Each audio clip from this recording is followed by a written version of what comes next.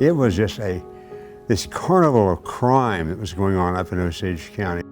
The shortcoming of the book was he couldn't have written it any other way and made it comprehensible. But you know, there's an old thing in crime, follow the money. He followed the money. It wasn't about money. It was about mineral rights.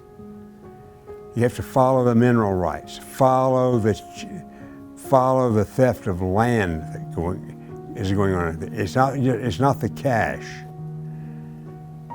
And that's far more complex. And I thought that's what, if somebody wanted to really do that and understand what happened in Osage County, you know, 90% of Osage County is now owned by non-Osages. It was the transfer of that land from Osage to non-Osage. That was what the whole thing was really about. If this was against human nature, Indians are supposed to be poor. They're not supposed to be rich. I mean, this is something abnormal about this situation, and they were trying to correct it and trying to make them as poor as possible, as quickly as possible. And it was everybody. Certain people say, well, the oil was the curse of the Osage. In other ways, it wasn't.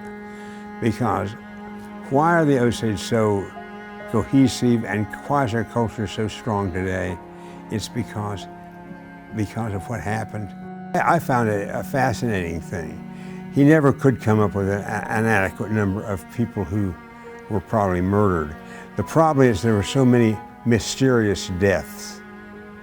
And how, you know, it's hard enough to prove in the 21st century, was that person murdered or was that person just circumstances that killed that person?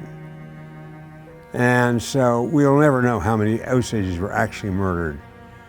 And I don't think he says in the book. But he does leave it open-ended. It's not just that one family that's being wiped out.